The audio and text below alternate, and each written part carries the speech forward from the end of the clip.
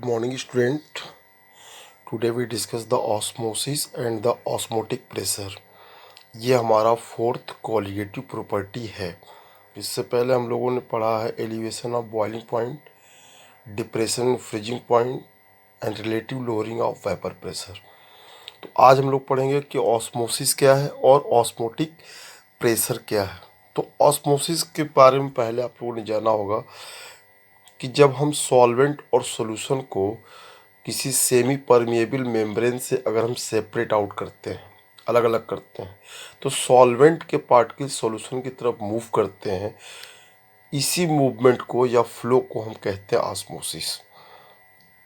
ठीक है, जैसे देखिए ऑस्मोसिस एंड ऑस्मोटिक प्रेशर कि the process of flow of the solvent through the membrane if this membrane is placed between the solvent and solution is called the osmosis।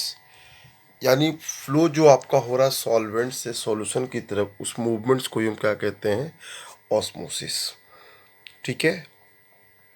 और osmotic pressure क्या है कि pressure that just stop the flow of solvent is called the osmotic pressure of solution. कि एक ऐसा pressure जो stop कर दे flow of solvent को, सॉल्वेंट के फ्लो को स्टॉप कर दे, उसी को बोलेंगे ऑस्मोटिक प्रेशर। आप ये कह सकते हैं कि pressure which develop during the osmosis to stop the flow of solvent is known as the osmotic pressure. ठीक है। Osmotic pressure is proportional to the molarity. यानी जो ऑस्मोटिक प्रेशर है वो डायरेक्टली प्रोपोर्शनल है किसके? कंसंट्रेशन यानी सी मोलैरिटी के of the solution eight the given temperature T. किसी टेम्परेचर टी पे अगर हम देखें जो हमारी मोलैरिटी सी कंसंट्रेशन है, ये ऑस्मोटिक प्रेशर के डायरेक्टली प्रोपोर्शनल है। जैसे देखिए इसको हम पाई से डिनोट करते हैं, तो पाई इज इक्वल टू होता है C R T. Pi is equal to C R T. Pi आपका है ऑस्मोटिक प्रेशर, आर आपका क्या है? Gas constant. यानी पाई इज इक्वल टू क्या हो जाएगा? N2 upon V upon R T. यानी कंसंट्रेशन इज इक्वल टू होता है मास अपॉन वॉल्यूम। ठीक है। तो मास यहाँ N2 है, वी वॉल्यूम है, आर आपका गैस कांस्टेंट और टेम्परेचर टी है। अब N2 की वैल्यू को यानी नंबर ऑफ मोल्स को निकालेंगे, तो नंबर ऑफ मोल्स निकालने के लिए क्या करते हैं कि given mass upon molecular mass, यानी N2 लिखा है तो W2 अपॉन M2 करेंगे। ठीक है। और V नीचे रहेगा RT, यानी पाई इज इक्वल टू हमारा हो जाएगा W2 अपॉन M2 VRT। ठीक है। और ये हमारा ऑस्मोटिक प्रेशर का फार्मूला आ जाता है। अब इस ऑस्मोटिक प्रेशर के फार्मूले से हमको M2 की वैल्यू निकालनी है। किसकी निकालनी है? M2 की वैल्यू। अब M2 की वैल्यू हम निकालते हैं तो M2 इज इक्वल टू होता है W2 अपॉन पाई VRT या W2RT बाई पाई V। ये M2 की वैल्यू हो गई। और अभी तक जितने भी कोलिगेटिव प्रॉपर्टी हमने पढ़ा उन सब में आपने यही देखा होगा कि सब में मॉलिक्यूलर मास को कैलकुलेट कराया गया है।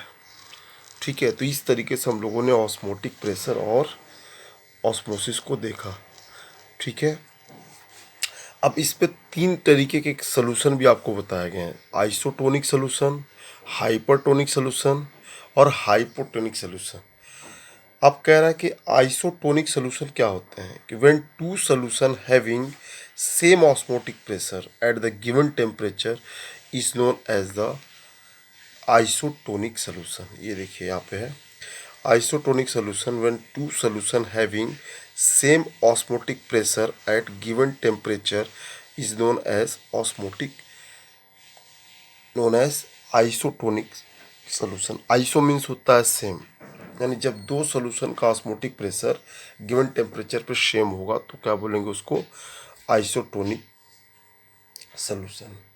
इसी तरीके से हम बात कर सकते हैं हाइपरटोनिक सोल्यूशन और हाइपोटोनिक सोल्यूशन। तो हाइपरटोनिक सोल्यूशन का मतलब होता है कि when one solution have more osmotic pressure, कि मान लीजिए दो सोल्यूशन में एक सोल्यूशन का ऑस्मोटिक प्रेशर क्या होगा, गिवन टेम्परेचर पे ज़्यादा होगा, तो उसको बोलेंगे हाइपरटोनिक सोल्यूशन। और अगर मान लीजिए कि एक सोल्यूशन का ऑस्मोटिक प्रेशर कम है गिवन टेम्परेचर पे, उसको बोलेंगे हाइपोटोनिक सोल्यूशन। ठीक है, तो इस तरीके से हाइपोटोनिक, आइसोटोनिक और हाइपरटोनिक सोल्यूशन का कॉन्सेप्ट क्लियर होगा आपका।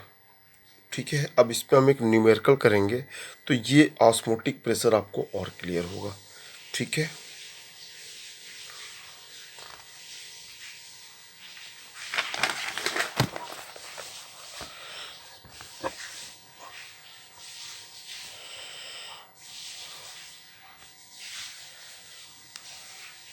ये देखिए एक क्वेश्चन इसमें दिया गया है कि 200 centimetre cube of an aqueous solution of a protein contain 1.26 gram of the protein.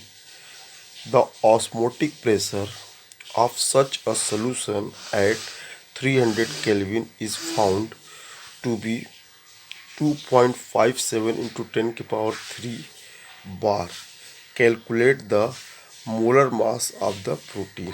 मतलब कह रहा है कि 200 सेंटीमीटर क्यूब एक एक्वस सोल्यूशन है किसका, प्रोटीन कंटेन का, जिसमें प्रोटीन 1.26 ग्राम है। अब प्रोटीन का ऑस्मोटिक प्रेशर जो दिया गया है सोल्यूशन में 300 केल्विन पे, वो आपका है 2.57 इंटू 10 के पावर 3 बार। अब आपको कैलकुलेट करना है, calculate the molar mass of the protein, यानी प्रोटीन का मोलर मास आपको कैलकुलेट करना है। ठीक है, तो V हमको दिया है, देखिए 200 सेंटीमीटर क्यूब, तो इसको हम पहले लीटर में कन्वर्ट कर लेंगे तो 0.200 लीटर हो जाएगा। टेम्परेचर आपका दिया है 300 केल्विन। आर की वैल्यू रिडबर कांस्टेंट है या गैस कांस्टेंट 0.083 लीटर बार पर मोल पर केल्विन। इसके बाद देखिए M2 का फार्मूला आप लोगों ने देखा ही है कि W2RT/πV। अब देखिए यहाँ पर W2 की वैल्यू रखेंगे, R की वैल्यू रखेंगे और T की वैल्यू रखेंगे। इसके बाद पाई की वैल्यू रखेंगे और यहाँ पे V की वैल्यू रखेंगे। इसके बाद इन सबको जब कैलकुलेट करेंगे तो हमें M2 की वैल्यू मिलेगी 61.022 ग्राम पर मोल। ठीक है, 61.022 ग्राम पर मोल, ये हमारा आंसर हो गया। तो इस तरीके से किसी भी सोल्यूशन में अगर ऑस्मोटिक प्रेशर आपको दिया है, वेट दिया है, वॉल्यूम दिया है, तो मॉलिक्यूलर मास को हम कैलकुलेट कर सकते हैं। ठीक है, अब इसकी बात हम करेंगे रिवर्स ऑस्मोसिस की। रिवर्स ऑस्मोसिस आपने नाम सुना होगा, बल्कि इसका शॉर्ट फॉर्म आप लोग का प्रचलित नाम है, आरओ का नाम सुना, आरओ वो यही है, रिवर्स ऑस्मोसिस। यानी जैसे ऑस्मोसिस हमने देखा, इसका उल्टा क्या होगा, रिवर्स ऑस्मोसिस, कि the direction of osmosis can be reversed of the direction of osmosis can be reversed if a pressure larger than the osmotic pressure it's applied to the solution side. Now the pure solvent flow out of the solution through the osmotic through the semi permeable membrane is known as the reverse osmosis. मतलब कह रहे कि अगर मान लीजिए direction जो है osmosis का वो बदल जाएगा, अगर प्रेशर को हम बढ़ा दें, जितना ऑस्मोटिक प्रेशर है उससे ऑस्मोटिक प्रेशर को अगर हम बढ़ा दें तो उसका डायरेक्शन क्या हो जाएगा, रिवर्स हो जाएगा, और इसी को बोलते हैं रिवर्स ऑस्मोसिस। ठीक है, जैसे मान लीजिए दो सोल्यूशन है हमारे पास, फ्रेश वाटर और साल्टी वाटर। अब इसको सेमी परमेबल मेम्ब्रेन से क्या करिए, सेपरेट कर देंगे। तो अगर प्रेशर को डायरेक्ट छोड़ेंगे तो सॉल्वेंट का फ्लो के सोल्यूशन की तरफ होगा। लेकिन देखिए एक पिस्टन के थ्रू प्रेशर को बढ़ाते हैं, तो जब प्रेशर को बढ़ाते हैं तो जो ऑस्मोसिस है वो रिवर्स हो जाता है। देखिए pressure is greater than osmotic pressure, तो यहाँ से साल्टी वाटर से फ्रेश वाटर मिलता है और इसको हम कलेक्ट कर लेते हैं। जब तक रिवर्स ऑस्मोसिस हमारे पास नहीं था पोर्टेबल वाटर की बहुत बड़ी समस्या थी, लेकिन आरओ के आने की वजह से, रिवर्स ऑस्मोसिस के आने की वजह से हमारे पास पोर्टेबल वाटर यानी पीने वाली पानी की समस्या लगभग लगभग सॉल्व हो गई है। ठीक है, तो आज हम लोगों ने कॉलिगेटिव प्रॉपर्टी पूरा कंप्लीट कर लिया है। ठीक है, और अब हम अगले लेक्चर में स्टार्ट करेंगे वांट हाव फैक्टर। ठीक है, उस पर एक न्यूमेरिकल आता है, एसोसिएशन या डिसोसिएशन का, दोनों में से कोई एक होता है। ठीक है, थैंक यू स्टूडेंट।